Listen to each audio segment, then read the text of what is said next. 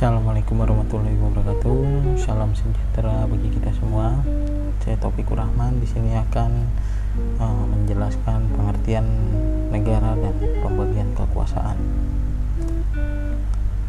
Alur materi yang akan disampaikan ialah terdapat 5 poin, yang dimana poin pertama ialah pengertian negara, poin kedua pengertian pembagian kekuasaan secara vertikal dan horizontal, yang ketiga pengertian konfederasi, yang keempat pengertian negara kesatuan, yang kelima pengertian negara federal. Poin pertama, pengertian negara. Negara adalah suatu organisasi dalam suatu wilayah yang memiliki kekuasaan tertinggi yang sah dan ditaati oleh rakyatnya, serta juga memiliki kedaulatan dan juga diakui oleh dunia internasional. Dalam beberapa pendapat, para ahli mengatakan bahwa negara adalah sebagai inti dari politik. Menurut Roger F. Soltau mengatakan, ilmu politik mempelajari negara, tujuan negara, dan lembaga yang melaksanakan tujuan itu, hubungan antar negara dan warganya, serta hubungan antar negara juga. Pembagian kekuasaan ada dua, yaitu vertikal dan horizontal. Pembagian kekuasaan vertikal yang dimana pembagian kekuasaan antara beberapa tingkat pemerintahan, seperti contohnya pemerintah pusat, kementerian, pemerintah provinsi, dan pemerintah daerah. Lalu ada pembagian kekuasaan secara horizontal, yang dimana pembagian ini menunjukkan fungsi pemerintah yang bersifat legislatif, eksekutif, dan yudikatif, yang lebih dikenal sebagai trias politika. Pengertian negara konfederasi, kesatuan, dan federal. Konfederasi, menurut L. Oppenheim, konfederasi terdiri dari beberapa negara yang berrol penuh untuk mempertahankan kemerdekaan ekstern dan intern, bersatu atas dasar perjanjian internasional yang diakui dengan menyelenggarakan beberapa alat perlengkapan tersendiri yang mempunyai kekuasaan tertentu terhadap negara anggota konfederasi, tetapi tidak terhadap masyarakat negara-negara itu. Atau bisa kita sebut negara konfederasi, yang dimana perjanjian antara beberapa negara yang merdeka dan berdaulat untuk bekerja sama atas tujuan yang sudah dinegosiasikan sebelumnya untuk kepentingan bersama.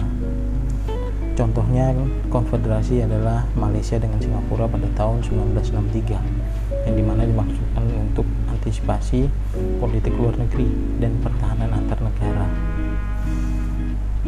Pada saat itu memang Malaysia sedang lagi panas-panasnya politik luar negerinya dengan Indonesia, jadi mungkin itu menjadi alasan kuat bagi Malaysia dan Singapura membentuk konfederasi pada saat itu. Negara kesatuan menurut C.F. Strong, negara kesatuan ialah bentuk negara yang dimana wewenang legislatif tertinggi dipusatkan dalam badan legislatif nasional atau pusat. Kekuasaan terletak pada pemerintah pusat dan tidak pada pemerintah daerah. Pemerintah pusat mempunyai wewenang untuk menyerahkan sebagian kekuasaannya kepada daerah berdasarkan hak otonomi, atau yang biasa disebut di Indonesia juga ialah desentralisasi. Tetapi pada tahap terakhir, kekuasaan tertinggi tetap di tangan pemerintah pusat.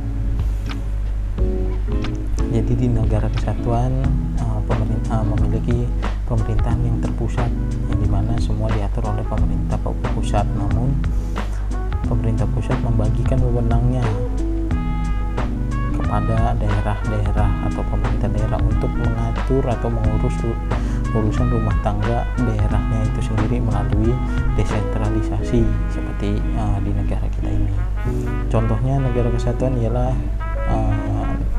Republik Indonesia, Jepang, Thailand, Yunani, dan sebagainya. Lalu negara federal. Negara federal suatu bentuk negara yang dimana terdapat sejumlah negara bagian di dalamnya. Seperti yang kita ketahui, negara federal itu memiliki negara di dalam negara. Menurut C.F. Strong, salah satu ciri negara federal ialah mencoba penyesuaian dua konsep antara kedaulatan negara federal dalam keseluruhannya dan kedaulatan negara bagian. Penyelenggaraan kedaulatan keluar dari negara bagian diserahkan kepada pemerintah federal, sedangkan kedaulatan ke dalam dibatasi. Jadi di negara federal ini tetap pemerintah negara federal yang memegang penuh untuk penyelenggaraan kedaulatan keluar, yang dimana ialah hubungan antara negara atau politik luar negeri. Namun di negara bagian juga dapat memiliki wewenang atau dapat memiliki kedaulatan untuk mengurus negaranya itu sendiri. Seperti contohnya di negara bagian dapat memiliki hukum sendiri, itu memiliki kepolisian sendiri. Seperti di Amerika itu ada kepolisian federal, ada kepolisian di negara bagian. Itu contoh negara federal adalah yang sudah pasti Amerika Serikat, Rusia, India, Jerman, dan sebagainya.